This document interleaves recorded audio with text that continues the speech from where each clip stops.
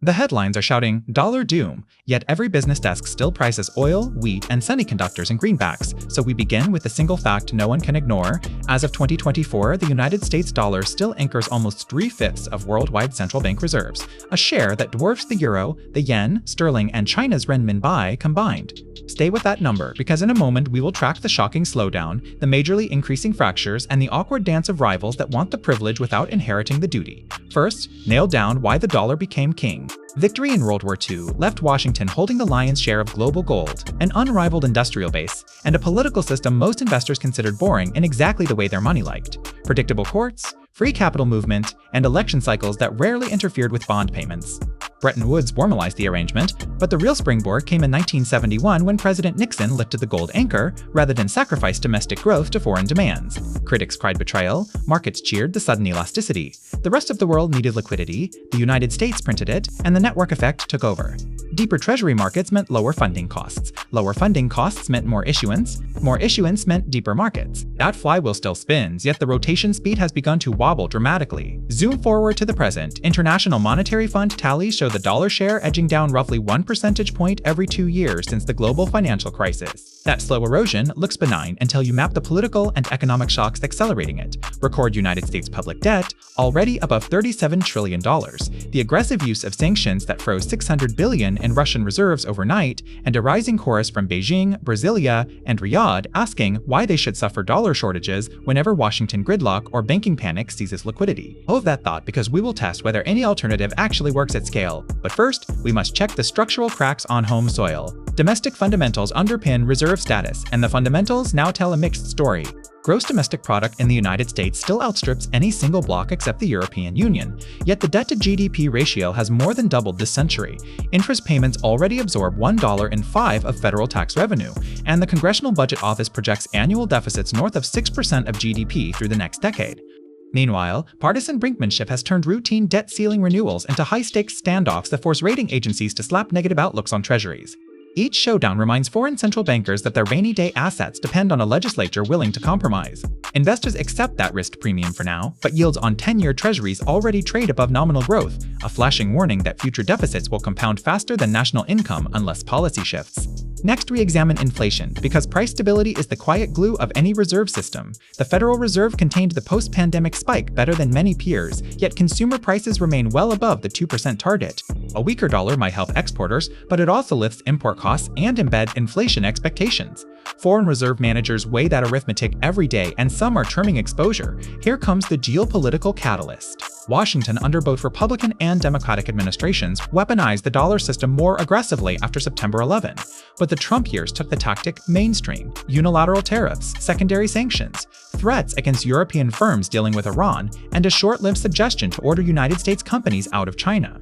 These moves convinced allies and adversaries alike that the dollar is no longer a neutral public good, but a strategic lever.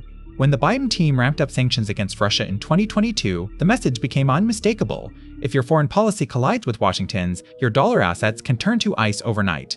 That realization spurred the current wave of so-called de-dollarization initiatives. We will dissect their scope in 30 seconds, but note the psychology: even nations still accumulating treasuries are simultaneously rehearsing escape routes. Now, the experiments. Start with the euro. It captures roughly 1/5 of reserve portfolios and dominates invoicing within Europe and parts of Africa. It enjoys a giant consumer market, a credible central bank, and a current account surplus that calms bond investors. Yet every sovereign debt scare since 2010 has exposed a fatal design flaw: there is no joint fiscal backstop. Germany hesitates to mutualize debt, Italy resists northern austerity, and the European Union treaty process crawls. Without a federal treasury issuing limitless safe assets, the euro cannot supply the planet with the volume and liquidity global finance demands. Markets remember the moment Greek spreads blew out 1,000 basis points. Until that memory fades or institutional reforms close the gap, the euro stays capped. Next, the renminbi.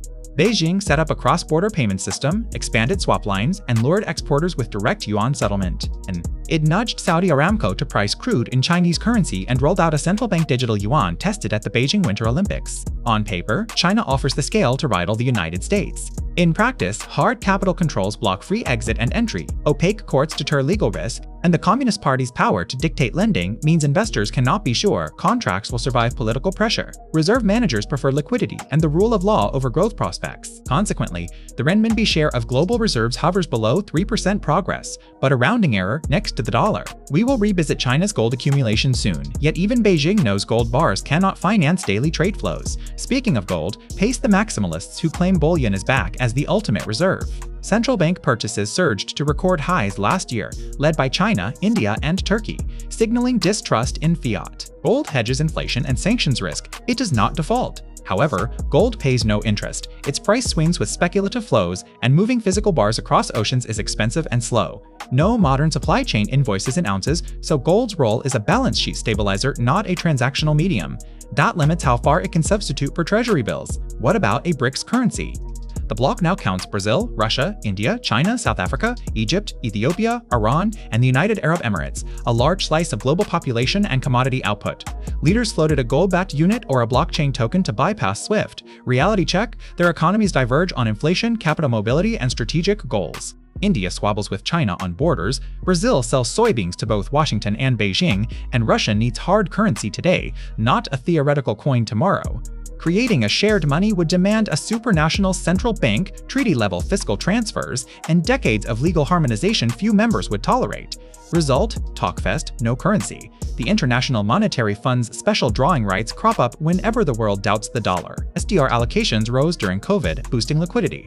But SDRs are a synthetic claim, not a means of exchange for private actors. You cannot buy copper futures with SDRs. You must convert back into dollars, euros, or yen. Until that changes, SDRs remain a supplementary reserve with limited impact. Technologists propose a different route. Stablecoins or central bank digital currencies could leapfrog legacy pipes. Indeed, dollar-pegged tokens now dominate crypto trading, making it easier for Argentines or Nigerians to hold digital dollars than local cash. Ironically, this network effect entrenches greenback demand. If the Federal Reserve eventually launches a wholesale digital dollar, cross-border settlement could become even more frictionless, solidifying the dollar's utility rather than eroding it.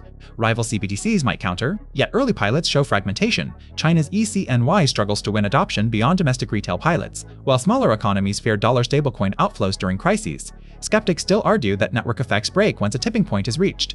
They cite the pound sterling's 20th century decline. Look closer, sterling took nearly 40 years to drift from top dog to regional currency, and that was after 2 world wars drained British reserves and destroyed empire trade routes. More telling, the United Kingdom maintained exchange controls and moral suasion to slow capital flight. When they finally lifted restrictions in the 1970s, sterling's share vanished almost overnight. Lesson: artificial props can mask decline, but underlying fundamentals decide timing. Today, the United States faces high debt and political gridlock, yet none of the proposed successors offers the combination of liquid safe assets, open capital markets, and credible institutions that investors require. Until that bundle appears, diversification will nibble, not devour. Now track the numbers that fuel drama. Cross-border trade invoiced in dollars remains roughly 40%, climbing to over 80% for commodities.